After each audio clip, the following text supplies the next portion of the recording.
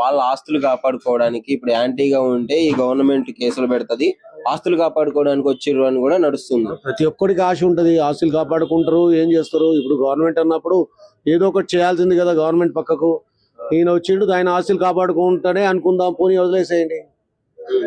So మొత్తానికి ఇది మీ opinion, కరెక్టే అంటారు, నాగేందర్ గారు చేసింది కరెక్టే అంటారు, సుప్రీంకోర్టు కూడా ఏం చేయలేదంటారు వాళ్ళు ఏం చేయలేరు, ఎందుకంటే కాన్స్టిట్యూషన్ లో లేదు. కాన్స్టిట్యూషన్ లో ఈయన జంప్ అయిన వాడిని ఏదైనా ప్రొవిజన్ ఉందా, అమెండ్మెంట్ ఉందా, వీళ్ళని తీసేయాలి, డిస్క్వాలిఫై చేయాలని చెప్పి ఏమైనా రాస్తుందా? లేదు.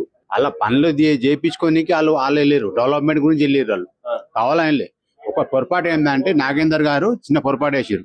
టీఆర్ఎస్ లో ఉండి కాంగ్రెస్ బీఫామ్ తీసుకోరు, అది ఒక్కటే పొరపాటు. ఎంపీకి లేవడాడు ఆయన చేసింది ప్రజల గురించి వెళ్ళిండు ఆయన, ప్రజల దాని దిక్కే. ఇప్పుడు బయట వర్కింగ్ ప్రెసిడెంట్ కేటీఆర్ గారు అయితే కేసు వేసి ఇప్పటి వరకు కోర్టు చెప్పిన తీర్పు అయితే మరి 31 అక్టోబర్ 31 3 నెలలు గడువు ఇచ్చింది. కోర్టు అధికారాన్ని ధిక్కరించినట్టే అవుతుంది. సుప్రీం కోర్టు నుంచి కూడా చెప్పడం జరిగింది. ఆ నిర్ణయం స్పీకర్ గా తీసుకోవాలి 10 మందిది. ఎవరు డిస్క్వాలిఫై అవుతా అనర్హత పెట్టేస్తే 6 సంవత్సరాల దాకా ఎలక్షన్ లో పోటీ చేయడానికి ఉండదు, ఏ ఎమ్మెల్యేకైనా ఉండదు డిస్క్వాలిఫై అయితే. ఇప్పుడు స్పీకర్ కి ఆర్డర్స్ కోర్టు ఏమి ఇచ్చింది, సుప్రీం కోర్టు గిట 3 డిసెంబర్ దాకా గడిపించింది.